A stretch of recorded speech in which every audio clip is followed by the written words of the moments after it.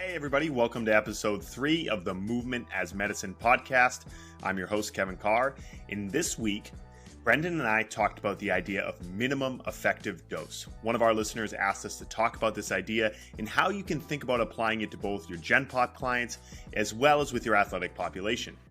Additionally, we had another listener request to talk about how to find your niche in strength and conditioning and fitness. And this talk turned into a really good discussion about how to build a career and how to work with your ideal population and how to market your business to do so.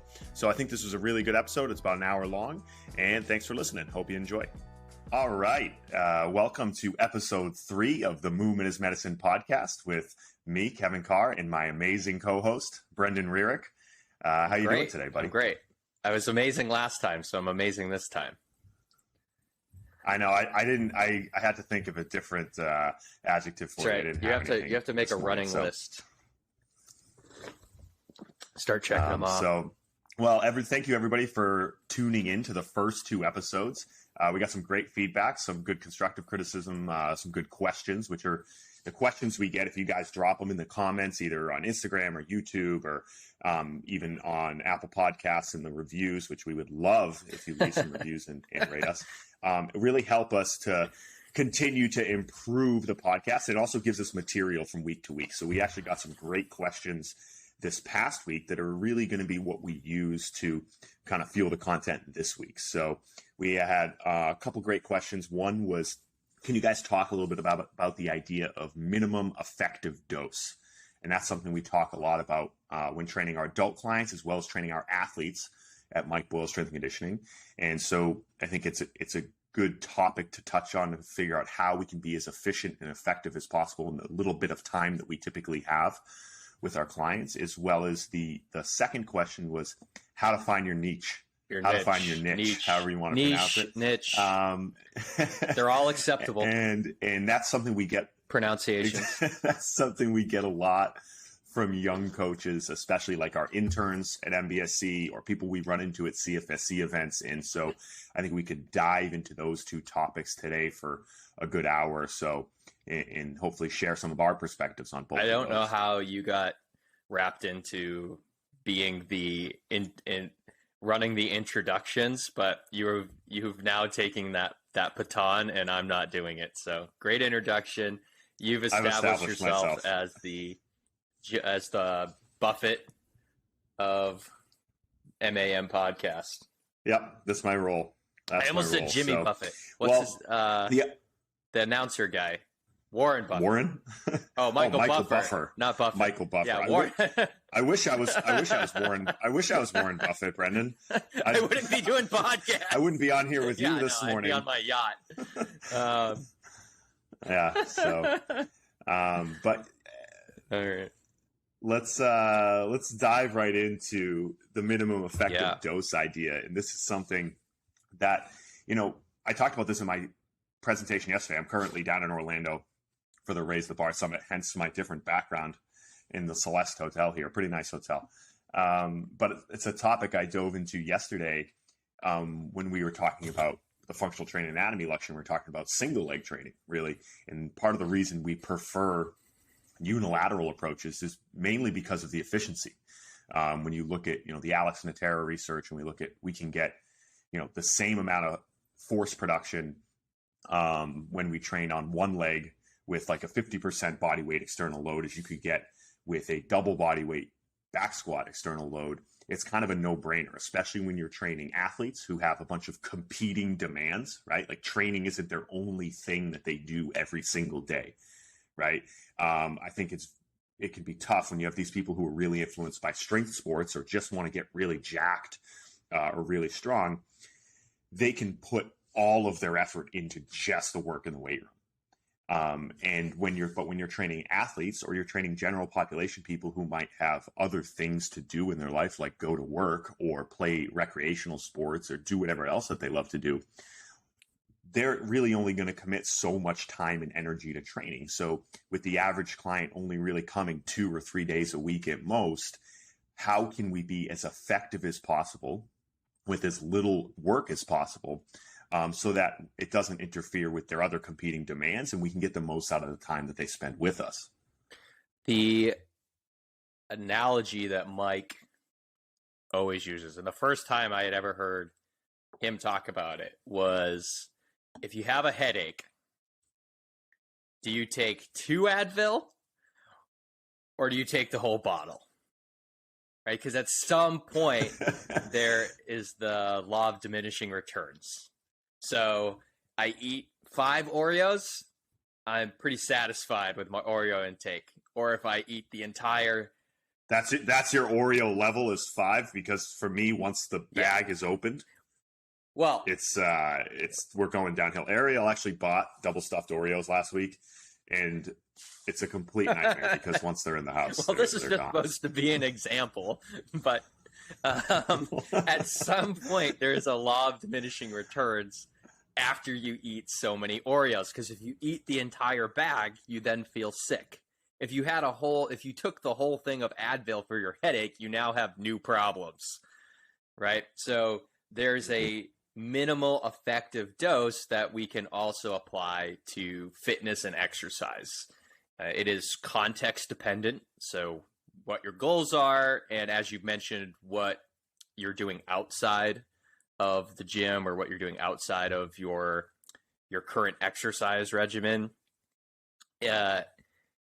You don't want the fitness that you're trying to gain or the exercises you're doing to ruin everything else that you have going on outside of the gym. The whole point of exercise is to be fit for a certain task, right? So task you could also replace with the word goal.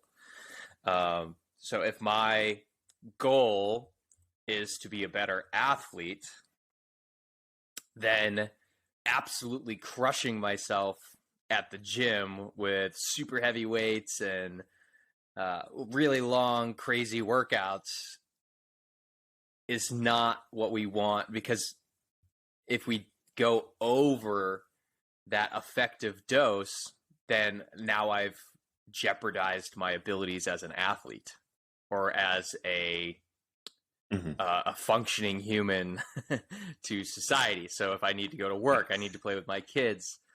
So there's a law of diminishing returns for fitness. More is not better. Better is better. More is not better. Better is better. I always go back to the quote Tony Holler really stuck with me when we first got into the feed the cats idea. And for those of you listening who don't know who Tony Holler is, definitely look him up if you work with athletes. He's a high school track coach. And he kind of like rocked the boat when he came to MPSC to do a presentation. Like Mike brought him in intentionally to kind of rattle us, because he doesn't really encourage his athletes to lift. He doesn't discourage it, but he's not like making them lift weights because he trains sprinters. And he has really gone down the path of like high quality, low volume work. They do multiple times sprints every day. They work on sprint technique and then they shut it down. They're not running like extensive 400s or 800s. Like if anybody listening to this, trained with any old school track and field coaches like I did in high school, like there was a ton of volume. And over time that breaks you down and it really doesn't help you get faster. So I remember the quote that he said during a podcast once was like, we're trying to train racehorses, not workhorses. And when you're developing athletes, there's a lot of junk volume often that gets in the way of them recovering and actually getting better, because our job is really to help these athletes recover in between high bouts of high intensity activity, right? So that then they can be ready to perform when they need to, not just to make them workout heroes. And, I think, again, with fitness, there's always that more is better mindset from the traditional kind of fitness approaches, again, because most people are just training to get better at fitness, or training to get more jacked, or training to get really strong, not necessarily training for that task or that goal, like you mentioned. And you have to take into account the mindset of the client as well. Like they don't really care about working out like we do. They just want to come in and get it done in the 2 hours and check the box and get a little bit better. They don't really care about doing a ton of volume or getting really strong. And so it's important for us to figure out with their mindset, like what are they willing to commit 2 hours a week, likely? How can we get the most out of that little bit of time? And then choosing the approaches that give us that minimum effective dose or the best desired outcome in that minimal amount of time. That's what I was trying to say in my initial monologue. You just said it. You just said it much more eloquently than I did. The common theme among the first two podcasts has been playing the long game versus the short game, and minimal effective dose allows you to play the long game. So if I have, say, there's 365 days in a year, and I'm going to work out 200 of them. Minimal effective dose allows you to have 200 good, better, and best workouts.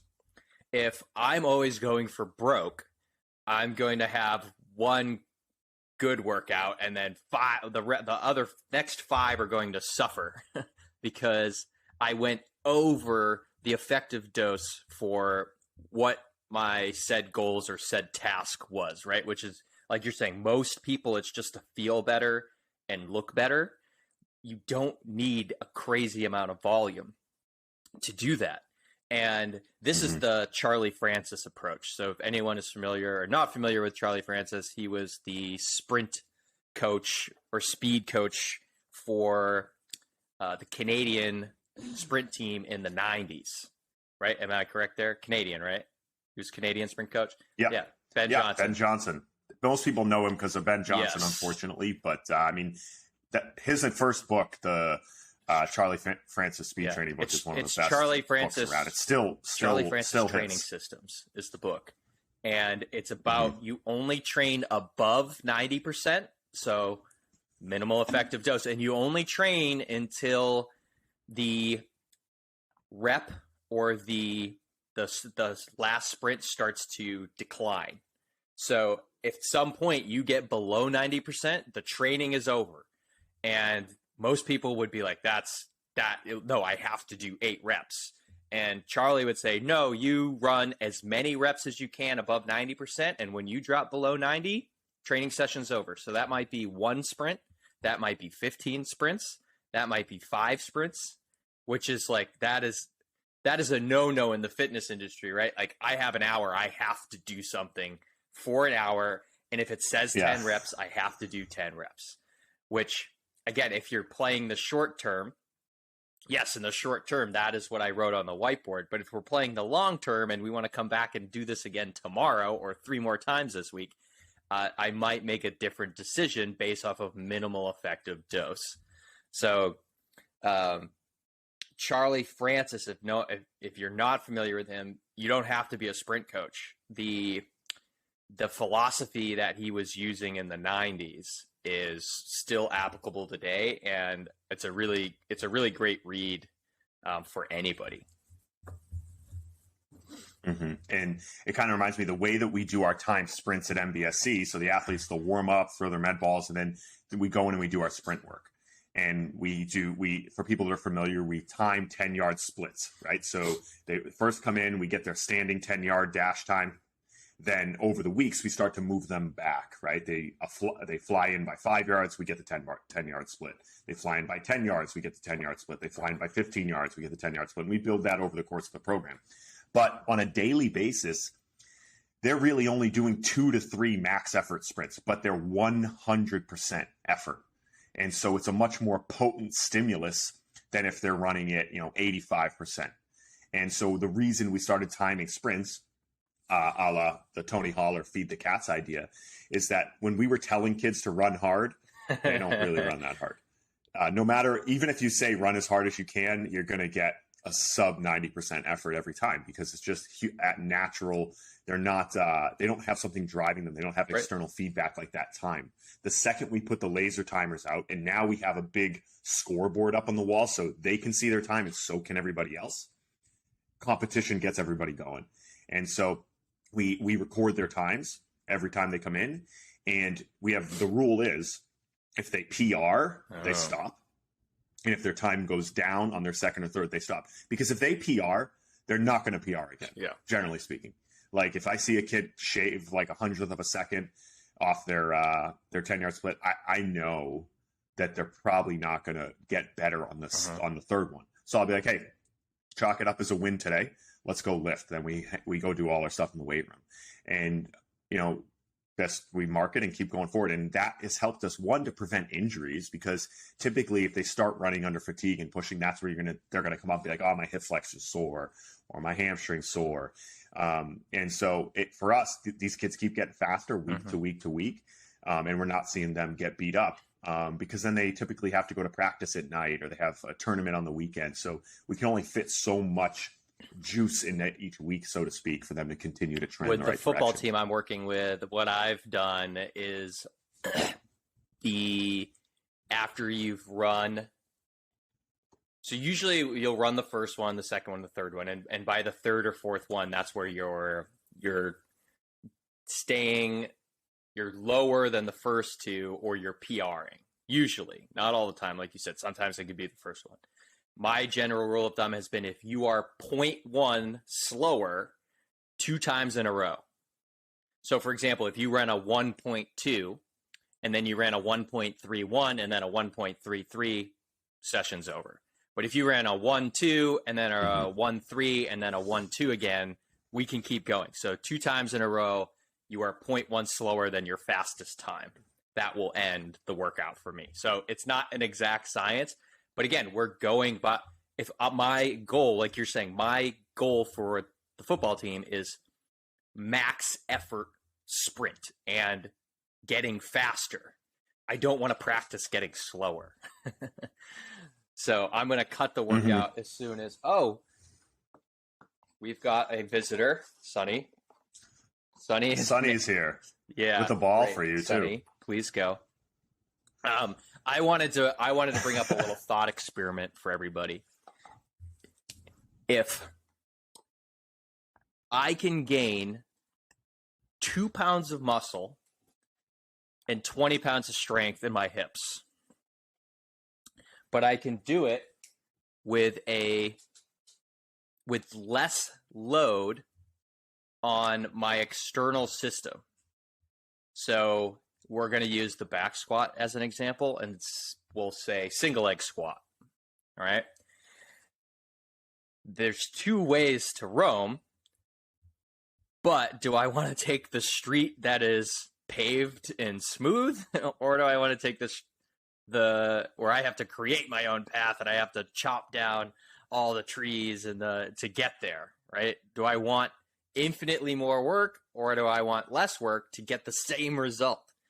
So if I can do, say, 5 sets of 5 single leg squats, and I'm going to below parallel to a box, and I'm reaching just a 5-pound weight in front of me, if I can get 2 pounds of muscle and 20 pounds of strength added to my legs, I would take that over putting a heavy bar on my back.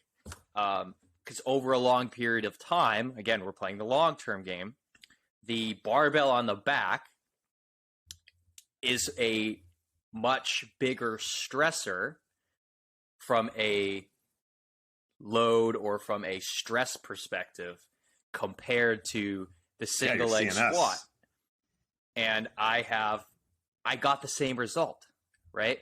Now, this is definitely an oversimplification. Yes, back squats might do it faster, but I'm trying to give everyone a thought experiment. So if you had the choice and you only had one choice, which one would you pick, right? If you got to the same result, but one required much less equipment and much less stress on the entire system, you'd pick the one that had less stress and required less equipment.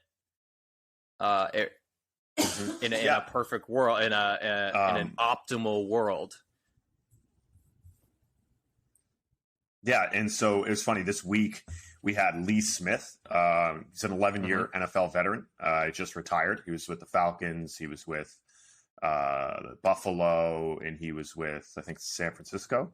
And so he's opening a gym. So he spent the week with us with his business partners, just kind of observing what we do in the gym, because they're trying to open a similar model down in Knoxville. And we were talking to him about training, and he's a big guy. He was a tight end. And he was saying, like, all the guys, like, none of them liked back squatting. I think they've been back squatting their whole career in high school and in college probably. And he said, generally, he's like, we would just feel like shit for a few days afterwards. And so he said, like, anytime we could do something that didn't put as much external load on us, both from a structural standpoint and from a central nervous system standpoint, they generally felt better. And so again, think about like the week to week experience of like an NFL athlete or a college athlete who has to go to practice and has to go to class and has to travel. They don't want the repercussions of, you know, a 400, 500 pound back squat week to week when they have to continue to compete. And so again, the Alex Natera stuff really sealed it for me when he looked at the research and he realized, like, we're getting the same loading equivalents in a single leg squat with 50% body weight. So for me, I'm like 220 pounds. If I have 110 pounds between vests and chains and dumbbells, I'm getting the same loading equivalent through the lower extremity with less than half the load on my body, right? So again, we're thinking about efficiency. And it's not to say that those other approaches aren't sometimes indicated, right? In certain instances, you might want to do those things. But again, the thing I hammered in my talk yesterday was pick the right tools for the job, for the athlete, for the client, and for where they're trying to go. And very often that minimal effective dose idea is going to be pertinent. And I think that sometimes strength coaches and personal trainers just worry that they're not doing enough, right? And I think you would be surprised at how little it takes sometimes to actually continue to get people better. Because I think sometimes in fear of the idea that we're not doing enough, we just be like, more volume, right? More volume, that'll get them tired. And again, our job isn't to get people tired, it's to get people better. And so I wanted to do a screen share from a presentation I did a couple of years ago with some interesting research. So I'm just going to bring this up here for you to see. And let me. I can see that it there. Make sure you explain it for anyone who's not. This was interesting. I'm gonna. Okay, so yeah, so if you're watching on YouTube, you'll see this, but this was a really interesting study. So they took a bunch of older adults. I think these were guys like in their 50s and 60s, and they had two groups, right? And they both did for 12 weeks, right? They did progressive resistance training. They were training 3 days a week at around 80 to 90%. Like training hard, even over 90%, and like basic full body strength 3 days a week. And if you're watching the chart here, they all got better. They all improved their numbers over 12 weeks by about 50%. They all got significantly stronger in that training window. And then the two groups split, right? One group did nothing for 6 months and they continued to retest their strength and see how they declined and how they detrained. And then the other group for the next 6 months just did 1 time a week at 3 sets of 10 at 80%. And they actually continued to get 2% better. And now, again, we wouldn't encourage somebody to only train 1 time a week at 80%. All right. That might be lower than the desired amount of effort, but it goes to show that you don't need a lot to continue to maintain or improve. And when you talk about training for the long haul, right, there's competing demands in people's lives when they have families and jobs and other conflicting things.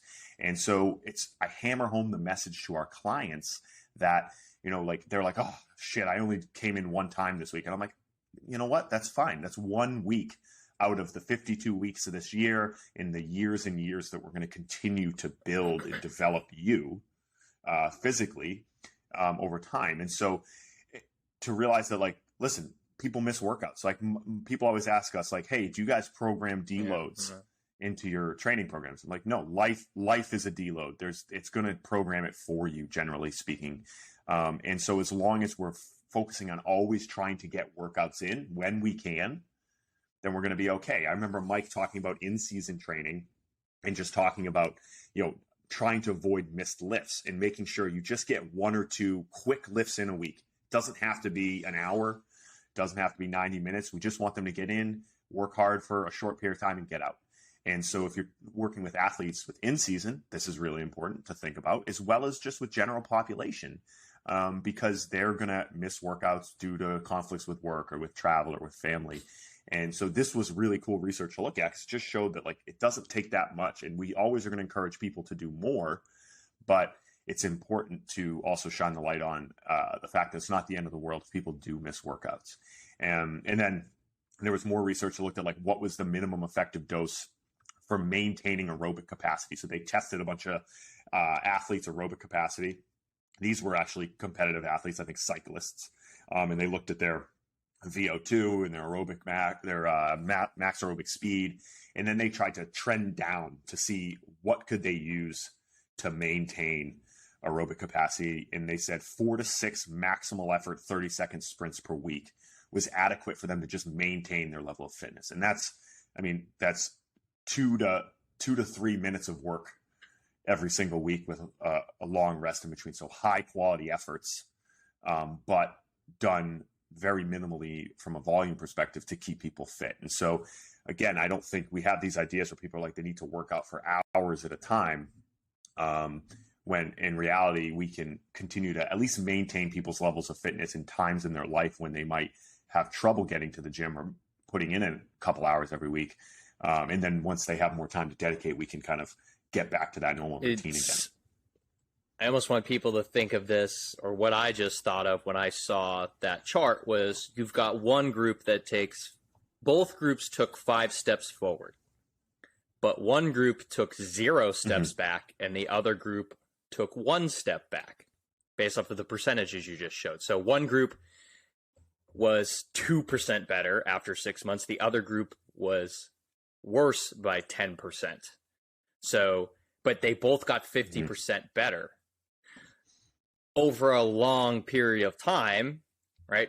5 steps forward, 1 step back, you'll eventually get back to 0. But 5 steps forward, 0 steps back, you'll maintain. And then hopefully if you start training again after you've got either more time, more energy, something happens and you now have access to more equipment or a better regimen or whatever it is, you can just keep moving forward, right? So you're always going up. So my 5-0, 3-0, 2-0, you're always improving. But if you're always going 5 to 1, then 1, 1 to 1, 3 to -2, right? You're not going to reach the same levels of fitness, whatever fitness is to you. Yeah, and I'll put the references to those research studies in the show notes so people can see them. I think I have a couple other ones too we can drop in there. So people always end up asking, hey, can you send a reference? So I'll drop those in the show notes when we post it as well, so you can check those out. This reminded me more of that in-season training idea. People always say like, always aim to get stronger in season, but sometimes aiming to get stronger in season just means maintaining in season. So the intent and effort is there, but the frequency or volume might not always be there just because of all the other conflicting demands that people have. And that's true for general population as well. And the other thing that was brought up for me was how strong is strong enough. So if we go back to this bilateral or back squat, front squat idea, I love front squats. I don't do back squats for multiple reasons. We won't get in that here. But maybe it's you get to 1 times body weight. So if I'm 220 pounds and I can only back squat 100 pounds, that's a problem. Like, I'm probably not going to be able to do single leg squats. Like, we need to work on your bilateral back squats, front squats, goblet squats. But eventually, if I can get to 225 for 5 reps, okay, is continuing to load that system with a heavy barbell on my back and getting to 300, 400, 500, 600 pounds, can I get that same result with moving to more single leg squats, to more whatever for the legs?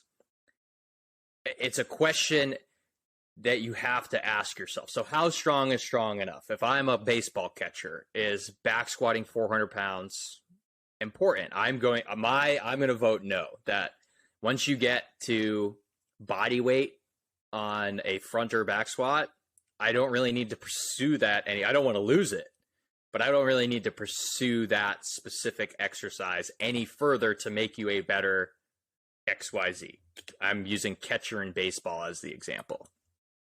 And I always reference this instance that I had at the gym. Like, we had a very good collegiate baseball catcher, And this is even a split squat example. So we're not just piling the bilateral idea. It's for any exercise. I remember we were testing rear foot elevated split squats, and he had 120-pound dumbbells, so 240 pounds. And then he had a vest that was 40 pounds. So we're at 280 for him, in not even including his own body weight that he has to lift up. And when we tested, we were just doing at the time, we were like, let's just pick a load and max rep it at like as heavy as we think we can get. And he did like 17 reps on each leg. And he was Division I baseball catcher. Never made it to Major League Baseball. He didn't not make it to Major League Baseball because of his leg strength. I would say he'd probably be one of the strongest guys in the MLB if we brought him in there. It wasn't worth it for him. In fact, it probably would take away from his ability to develop speed, develop power, and develop his baseball skills. Because in truth, he probably needed to go practice hitting. He probably needed to go be a better catcher. He probably needed to have better arm strength throwing the ball. And sometimes we kind of pile against strength coaches always like, too much sport practice. He probably needed more sport practice. He was great in the weight room. He'd be a great weightlifter. And so, again, sometimes we think like everything needs to be done in the weight room. But in that instance, and we see that a lot like you've worked at NBSC for long periods of time. You saw kids who were 13 who then you were training in their 20s. And like, so by the time they get to there, they're really good lifters. They're really strong. They don't really necessarily need to get better. And I remember Mike training an NFL lineman that we had for a decade, and just seeing him like trap bar, he was like, it was easy for him. He was trap barring like 405, like it was like nothing. And I remember I was younger asking Mike, are you going to really try to push that? He's like, no, not really. I just need to get him to the next contract. Like he's strong enough. He had a 12-year. He's NFL already made career. It. He's strong enough. Yeah, and so we just had to maintain that quality, keep him feeling good, and then really maintain his power more than anything else. The strength bucket was filled for this 300-something odd pound individual. Like he didn't need to get that much larger. In fact, if we continued to pile on, he probably wouldn't feel as good. And so it's about understanding when you hit that limit, and that's part of the art of coaching and looking at an athlete or an individual and saying, okay, we can probably maintain that. And you touched on the single leg idea of, I find a lot of people, once they get to that kind of bilateral kind of ceiling, right? They're front squatting or back squatting enough. And then we kind of take that away. If we continue to get them stronger on one leg, they don't lose that quality. You could put them back into a bilateral setting and they tend to be strong enough, because typically in all those bilateral lifts, the point of failure isn't the legs, right? It's the spine. And so they have the legs to do what they need to do. And so just picking the right tools for the job comes up again. And I don't want everyone to think that this is us just poo-pooing on squats and bilateral things. Like at some point, like no, if you could do 40 push-ups in a row, being able to do 45 doesn't make you necessarily better at XYZ, whatever your goal or the task is. We want to spend that time on something else, use that energy. Here's the kicker is minimal effective dose isn't a way to do less. It isn't a way to cop out and say, oh, well, then if I just do 3 push-ups a day and a couple jumps in my backyard, then I'll be strong and fit. No, that's not what we're saying here. And that's exactly what people do on Twitter and Instagram, is they spin it and they say, oh, well, you're just saying like to not do anything. No, that is not what we're saying. We're saying at some point you have to ask yourself, how strong is strong enough? Is there something else we could be doing to get the same result without all of the stressors? Okay, that's minimal effective dose. That's the art of coaching. We're not saying that you should take it easy. Okay, that we're trying to impart better decision making and just asking more questions. That's all this is. That's what minimal effective dose is. Again, so the prescription, sometimes taking 3 or 4 Advil might be the right thing, but we definitely know taking the entire bottle is going to do nothing. And we definitely know that that taking 1 or taking none is not going to be helpful at all, right? So doing 5 push-ups a day is going to get you good at probably doing 5 push-ups a day, and you're never going to reach a very high strength level. Okay, so we need to push the envelope, but we only need to push it so far. That's what orthopedic cost is. That's what minimal effective dose is. We're not saying to not do these things, right? And you and I working for Mike and being in the functional training world and being kind of pigeonholed, and we pigeonhole ourselves. That's sometimes our own problem. I want everyone here to know that we're not against those things. We're against haphazardly prescribing things and just going for broke all the time. That's what I have a problem with, which is not a bilateral issue or a functional training issue or a specific system issue that you like to train. It is a coaching issue or an education issue. So I just wanted to make that clear that we are not saying to not lift heavy or to not do challenges or to not back squat. We are saying to make a better decision. Those movement is medicine guys are pussies. They tell you not to work out. That's what I'm envisioning people saying about us. Yeah. So I just wanted to make that clear. I am not against lifting heavy and all that. It's just, we want people to make better decisions based off of the context, the individual, and if I can get to my end goal safer and I can get there without long-term costs, right? I want to keep that cost low. I want to use the least amount of credit as possible over my lifespan, which we talked about in orthopedic cost in our first episode. Then this question mark of how strong is strong enough, what are the orthopedic costs or the costs of doing business for moving forward, have to be top of mind questions whenever you're programming or working with somebody. Perfect, Thanks. Brendan. Good job. You always wrap it up really maybe that's nicely. Me. I'm the closer. I'm the wrap up. Yeah, maybe my that's niche your niche. Is wrapping up the conversation. Your niche is starting it off.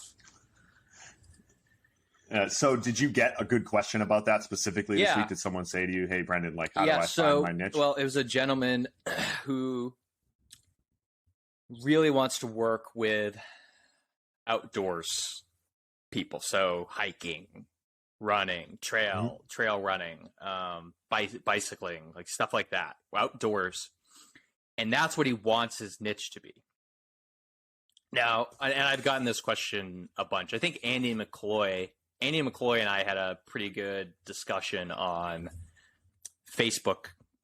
He has a mastermind group, and somebody in the group had asked about finding their niche or niche, however you want to pronounce it. We'll say niche for the rest of this conversation. And I said to this gentleman who I was speaking to yesterday, I said, listen, there's 2 things. So clearly pursuing your specific group that you want to work with isn't necessarily working at the moment because he doesn't have anybody that he can train. So part of this is financially, like you have to make money. You have to have bodies to train who are willing to pay money in order to continue to do this for a career. Luckily for him, he has a teaching job and he's a track coach during the day, but he wants to work with more people on the side. And I said, well, there's 2 things that I always explain or share about finding a niche. Number 1, sometimes your niche finds you. I'll use the example of me moving to San Francisco. I moved to San Francisco. My good friend Charlie Reed introduces me to a gentleman, Michael Ward. He's a chiropractor. We become good friends. His wife is a professional triathlete. All of a sudden, I become the triathlete trainer in San Francisco. I know nothing about triathlon. I don't run other than 10 yards at a time. I can ride a bicycle, but I don't ride it further than to the store down the street to get something. and I can swim, but I don't do it for a mile at a time. I'm not in the water if I'm in the water for an hour, I'm on a floaty with a beer. I'm not swimming for an hour. So I understand training. I understand the movements. I understand the SAID principle, specific adaptation to impose demand. I'm not a big fan of acronyms, but I need to be better with what the acronyms are when I use them. So yes, the SAID principle. I'm familiar with all that. So I start working with her. She brings other triathletes. And then other triathletes see what she's doing, and now they want to train with me. So all of a sudden, I'm training 6, 7, 8, 9 triathletes, and I'm the triathlete guy. So that's not I didn't plan on getting into it. I don't necessarily want to do it, but that niche found me. I believe Eric Cressy has the same story. Eric Cressy didn't play baseball. Eric Cressy, I believe, was nice. He was a swimmer and a tennis player, right? And he started working with, I believe it was the Hudson baseball team. I don't want to butcher his story, but I believe Hudson baseball is one of the best baseball teams in the state of Massachusetts, and they had a lot of great baseball players on that team. And one kid starts working with Eric, and now he's got a whole group of them working with him, and now he's the baseball guy, right? So his niche found him. Okay, so that's one way, is your niche will find you. If you just this was our second podcast episode. If you do an amazing job, eventually people will find you. If you do an incredible job, your niche will find you, okay? The second thing was, as I said to him, I said, listen, if you are training anybody right now, you got to start training somebody. And it can't be within your specific niche or the specific group that you want to work with right now, because that group doesn't know who you are, and that group's not willing to pay you for your services right now. So if you want to start doing this, I suggest just taking on whoever, whatever, whenever, who's ever willing to pay, and start with them. And what you're going to do is you're going to get so busy doing that all of a sudden you can then shift and transfer all your energy to the specific group, which is hikers, runners, cyclists that you want to start working with, and then build that up over here. So one is you're kind of in that profession still, and you're building up your experience, you're building up your wallet, so you can do the stuff over here that you want to do. So one is funding the other. So that's the other avenue that I recommended, and I believe that's the one he's going to take, not the first one. So he knows what he wants to do and who. It's just he doesn't have the resources right now to do that. So why not have one hand in one cookie jar, right, that you know you can get into and you know you can make serviceable for what you want to do, while you try to bake these other cookies over here. So you got one cookie you can eat, the other cookie you're baking and you're going to eat later. And then hopefully all your analogies have gone back to cookies today. Oreos, baking cookies. I'm going to have some cookies today. But that was and this is a Gary V concept in Crush It. That was the first book, a little side story. That was the first book I think you and I read, maybe together. That sounds weird, but the Brevin story begins. We would read it to each other. The Brevin story begins in a class at the University of Massachusetts, and this is 2007, 2008. 2008. So we're aging ourselves here. This is almost 20 years. 15 years ago. We're reading the book Crush It. It's a long time ago. This was Gary Vee's first book, and it was all about whatever it is you want to do specifically, whatever your dream job is, that's your side hustle.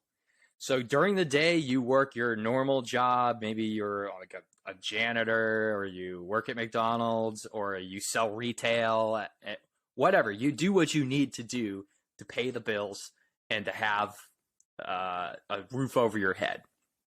When you get home at night, or during the day, or in the morning, you're working on that side project, that side hustle.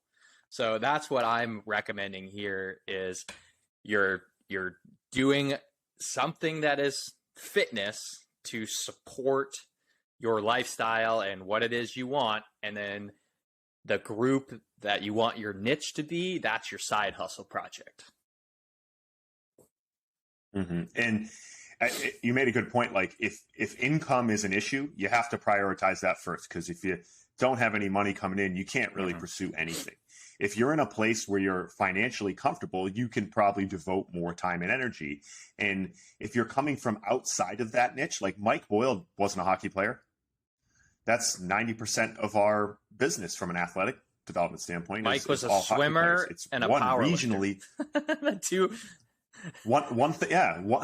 Nothing like hockey. One thing that is really important is your geography. Like if I live in Boston and I want to train NFL athletes, it's not a good place to be, right? They're not here in the off season. There's a reason why Exos is in Arizona and in Florida, right? Because you have to go to where they are. And so for him, actually doing like adventure and mountaineering, some parts in Northern California could be a really good place to be, or where, I don't know where he's located. Like you might want to be in Colorado. You might want to be in Utah if you want to be with adventure athletes or mountaineering athletes, if that's what his focus is. And if you're somebody coming from outside of that sport, to have any legitimacy, you have to be able to speak the sport and speak that experience. If I go into hockey and I'm talking out of my ass, they're going to be like, this guy has no idea what he's doing. Like even for me, I played some hockey when I was younger and I got away from it, so it wasn't really a big part of my life. And then when I came back to MBSC and started working there, like I had to learn the game. I had to understand it. I had to start watching it, because you can't have an intelligent conversation with somebody who plays a sport, an athlete or a coach, and have them trust in you if you have no idea what you're talking about. And so say this individual, this guy you're talking about, like he's doing his daily teaching and coaching job and he wants to get into that mountaineering world. Start to do it yourself, start to learn about it, and then build that side brand around that niche, right? So start posting about, you're not going to have an audience to begin with, and you have to be okay with that. And you have to start, posting on Instagram or YouTube or writing articles and, or going in even those in-person experiences. Hey, if there's a mountaineering club in the area, hi, I'd love to come and provide a free presentation on how you can train to get better. And then I guarantee you're going to have a bunch of people come up to you after and be like, hey, that was really, really helpful. Could you tell me a little bit more about what you do? And so you got to put in a little sweat equity and build a brand, and also build some legitimacy around yourself to be a resource. It's one thing if you already have an established name in like strength and conditioning, right? You could probably make that lateral move a little bit easier. Like Mike can talk about soccer, Mike can talk about football, Mike can talk about hockey, but he can speak the sport because of all the years of experience. If you're someone who is probably less established, you got to start to establish yourself in any capacity, and then kind of like you said, start to travel down that road towards whatever your preferred population is to establish yourself in that field. But I think you don't have to have played the sport. Bill Belichick never played even collegiate football, I don't think. So you can learn the game, you can learn the experience, but you have to kind of establish some legitimacy in that process. I will say this gentleman had done some of that work with Instagram posts and but right, you can do all that stuff, but if nobody's seeing it or recognizing it, and again, that's where my recommendation to him was to find anybody to start with. Again, you're saying that's the side hustle. Like, keep writing the articles. I told him to go to REI because he's on the East Coast. Go to REI and just say, hey, can I come and do a free strength and conditioning class? I mean, REI wants stuff like that. REI, is, if anyone listening, is a outdoors activity store, or like a Bass Pro Shop. You could go in. I don't know if people at Bass Pro Shops are doing lots of workouts, but they have the space to do it. And again, that's your demographic that you want to do. So you train your 5 clients during the day, and then you go to something free there at night. And back to your speaking coach thing. I grew up playing football and baseball. I'm going to use a baseball example right now. So I'm training 2 baseball players right now. I haven't played baseball in a long time. I'm mostly just watch football. the kids that I train, they call it the dish. Do you know what the dish is? It's home plate. Okay. So when I'm speaking coach, if I call it the dish, I sound like I know what I'm talking about. I'm mirroring them. But if I now talk to their baseball coach and I say, oh yeah, when Landon was behind the dish the other day, I sound like a genius, and I sound like a specific, like I sound like a baseball coach, right? If I say if they're standing behind third plate, I'm gonna sound really stupid, right? So bags, they call them bags, not bases. So the average everybody else, right? If you're not part of the sport, calls them home plate and bases. They call them bags and the dish. So that's just one example. Every single sport, do you play on a field? Do you play on a pitch? Do you play on a diamond? Mm-hmm. Do you play with a stick? Do you play with a right? So there's all these, like, what the names of the positions are all different. The tools that you use, what you play on. So just know the names of those things. It can be as simple as watching 5 minutes of a soccer game, right? To learn the lingo, and now you coach everything. So that's a little note on that. The other one I wanted to know was Dan John says one of my favorite things about athletics and what sport are you going to be good at? And it comes down to two things. It's the 2 G's. Do you know what the 2 G's are? Geography and genetics. So if you live in Canada, you're most likely going to play hockey if you have good genetics. If you live on the East Coast and you're good at hockey, you mostly also play lacrosse. Lacrosse isn't a thing out here like it is on the East Coast. No. Hockey out here on the West Coast, because of the weather. Not a lot of people are playing hockey in the South because of the weather. They play it in Canada because it's cold all year. So geography will determine also part of your niche. So wherever you are geographically, now genetics, you have no control over that. If you want to be the mountaineer or the Sherpa, you go to Colorado or you go to Mount Everest. Okay. That's where all of those people are going, or that's where they want to be. You're not going to be a great Sherpa in the plains of Iowa. It's nothing in a grass field. Okay. So geography and genetics will determine a lot. Dan John always says that. And I love that, that they're like, how did this person get so good at that certain sport? And it's like, they most likely would have been good at any sport depending on where they grew up. Exactly.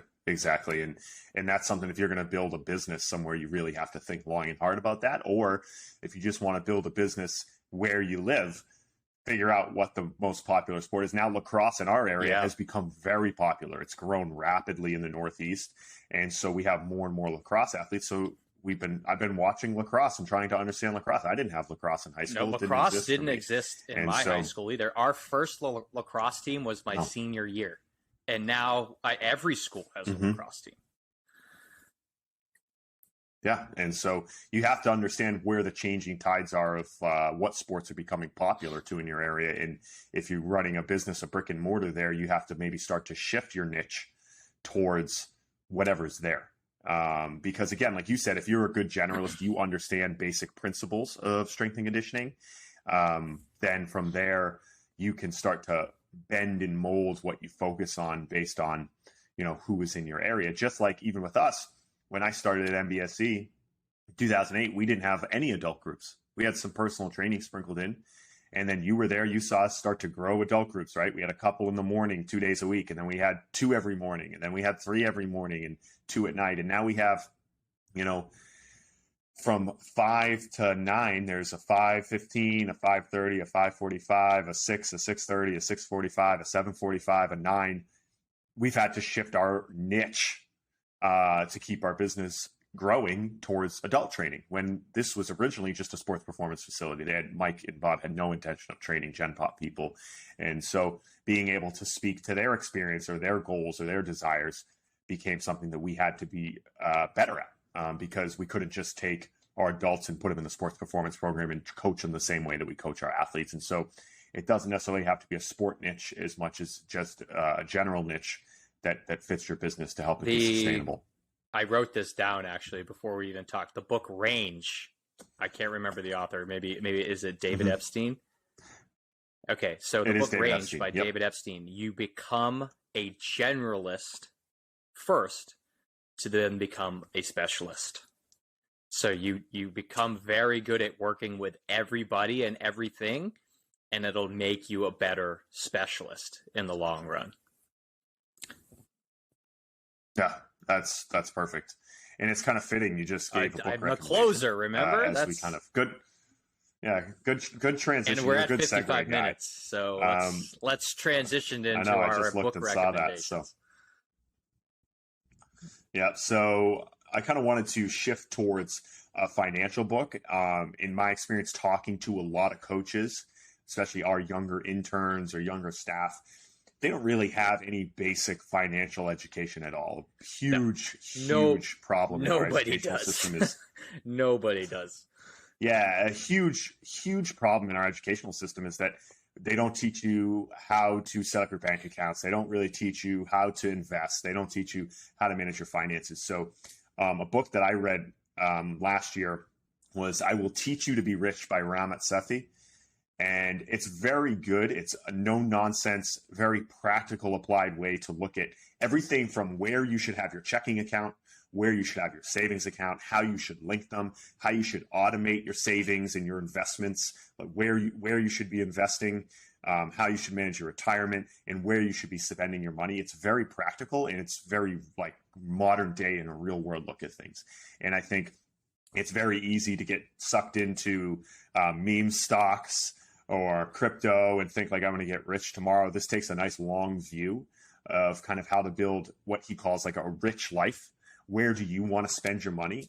And I like that he kind of takes shots at kind of the, hey, every millennial will own a house if they didn't buy a latte or have avocado toast. That's not the reason why people aren't building wealth or living their best life financially. And he talks about that, like how to choose what is important to you. You should spend money on things that you want to do, whether you like travel, whether you like to buy books, whether you like real estate, that's all fine. But ruthlessly cut spending on things you don't care about and understand how to automate your savings and finance so that it doesn't become a mental burden. I think most people avoid looking at their bank, avoid looking at their investments, avoid managing their money because they're intimidated or scared or unsure. And then all of a sudden 20 years go by and you're kind of screwed.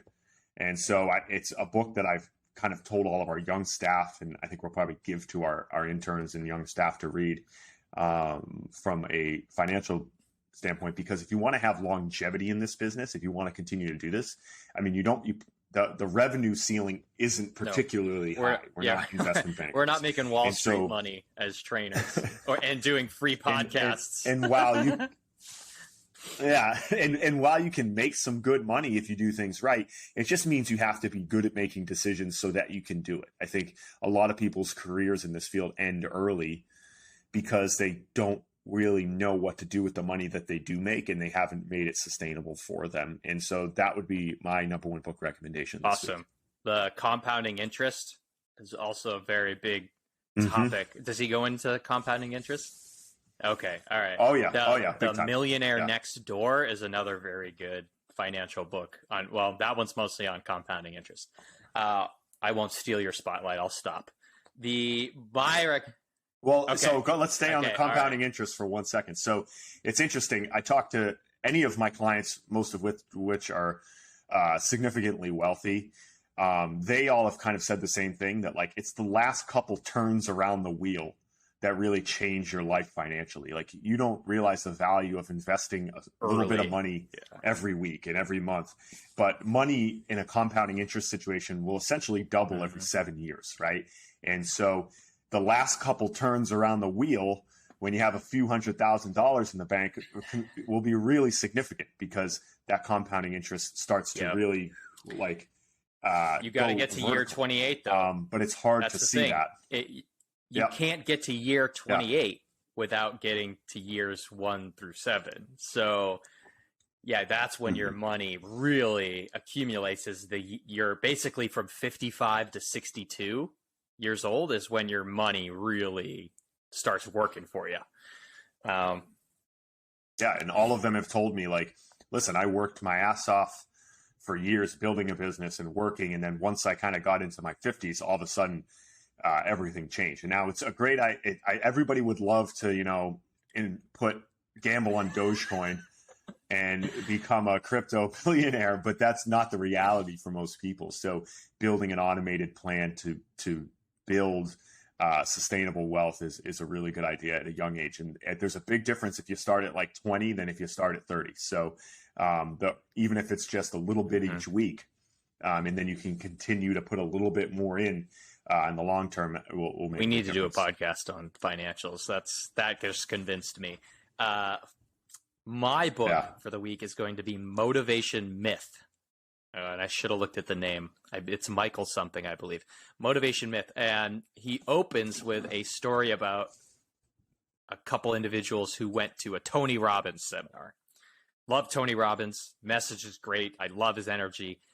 The problem is you're really, really energetic and pumped for Monday. And then Monday, you're like, let's go. And Tuesday comes and you're like, let's go. And Wednesday comes, you're like, I'm back in the same old place I was before the Tony Robbins seminar. Jeff Hayden. Sorry. Jeff Hayden, Motivation Myth. Motivation comes down to having a plan. Because if you don't have a plan, you're not going to be able to get out of the what do I do when shit happens? Because like we talked about earlier, life is going to happen. Deload weeks don't exist for training clients. Deload weeks exist for us trainers who like to work out 6-7 days a week. The average person doesn't need a deload week. So what do you do? What's your plan when your motivation starts to wane? Because motivation is like, I mean, the best example is New Year's resolutions. I think it's February 1st. I think almost 50% or more have already given up on their New Year's resolution because they don't have a plan to execute that goal, right? So, okay, my goal is to lose weight. That's great. And I'm super motivated to lose weight. I'm going to lose weight. Tony Robbins got me all pumped up. Okay, great. Like, what's your plan? And what's the specific goal that you have and when? So, okay, I want to lose 10 pounds by April 1st, and I'm going to work out 3 days a week and eat salads for lunch for the next 90 days. Okay, that is a specific plan, and that stuff's going to happen where you don't get your workouts in. You don't get you drink beer and eat a hamburger and French fries for lunch instead of the salad. Okay, but we know the plan, so I can get back on the plan once my motivation has waned, instead of me saying like, man, I ate that hamburger and French fries and like, I'm just not even going to try anymore. I'm a loser. It's motivation is a complete myth. So from that standpoint, like motivation is a thing, but motivation isn't necessarily what keeps you going. It's the plan that you come up with. And his whole thing is creating that plan and that space to keep the motivation, right? Motivation in air quotes, keep the motivation going. So, and I don't know if I just like the book because I think motivation is BS. It's a little confirmation bias, but I do like I'm going to use a big word, juxtaposition, that not most, I shouldn't say most, that a lot of people in our industry take, the rah-rah, the jump up and down, that stuff can only work for so long without a plan. Now, if you have that and a plan, you are dangerous if you have that type of energy and enthusiasm with a plan. You can't just have one or the other. I could have a plan and no energy. That ain't going to work. But I can't just have a ton of energy and no plan. That doesn't work either. So motivation myth. Mm-hmm. Well, motivation comes from momentum, right? And so typically, like, you can talk about what you want to do day in and day out, but you see people have lasting motivation or lasting drive towards a goal when they are tracking and planning and progressing, right? So if you think about like someone who is a body composition client who wants to lose a little bit of body fat, wants to gain some muscle, a lot of times you see the motivation come from them when they're tracking their food, weighing themselves, doing check-ins, because they see a result from their effort, right? So they get a dopamine hit. Hey, I got what I wanted from this activity. So it will motivate you to do that activity. So they're conditioning themselves to care and to try. If you don't have that, that's why I always tell people, it's that, if you're not measuring, you can't manage, or you can only manage what you can measure, right? And so when it comes to things like that, if you're not tracking what you're doing, it's not just because you need to see the progress. It's because that's what's going to keep you going the right direction, because you're getting positive feedback from your actions. And so planning, like you referenced, does that for you, and continually going back to the plan and checking in and adjusting is what keeps you moving forward, not just, watching a motivational video or listening to your favorite pump up song on the way to the gym. That stuff's fleeting, right? So it's like cheap dopamine. We want to find the stuff that's more sustainable. New article, momentum, not motivation. There we go. Bam. Write it up, buddy. Boom. We need content. I know we don't need any more content. This is plenty. What do we got coming up here? All right. Well, let's see. We have the winter seminar. I talk about this every week. You're going to hear about it every week until it comes and goes. February 26th, 27th, Les Spellman, Nicole Rodriguez, Mark Fitzgerald, Mike Boyle, myself, Vinny Toludo, Stephen Bigelow, Dan McGinley, at MBSC 2 days. Also, some people still haven't realized this. You can also live stream it. You don't have to come to Woburn. As much as I'd like to see your face, you can stay in the comfort of your own home, live stream it, and watch it from there. And you can get lifetime access to recording, so you can see it anytime, any place. Beautiful. I've got Niles, Illinois with Strength Faction. And then I've got a CFSC in Los Gatos or San Jose, California on February 27th. Niles is on February 19th or 20th. One of the two. I always mess up the dates. Nice. That's okay. They're in February. Yeah, I think it's I'd love to see you there if anyone's interested that's listening. Yeah, we have a bunch of CFSC events coming up in New York, in California, and Chicago, like you mentioned. We have some international ones. If we have some international listeners, Dan McGinley is going to be teaching over in Ireland later on this month. And so head over to certifiedfsc.com to see what we have coming up in the spring and summer, because we're getting a lot of events up there right now. So, thank you guys for tuning in. Please, if you can, listen on Spotify, listen on Apple Podcasts, listen on YouTube. And if you can leave a comment or a review or a share, that is very helpful for us. We've got some great feedback so far. So if you have anything for us or you have questions and things you want us to talk about, please don't be shy. Send us a message and let us know. Thanks, Kevin. Thanks, everybody.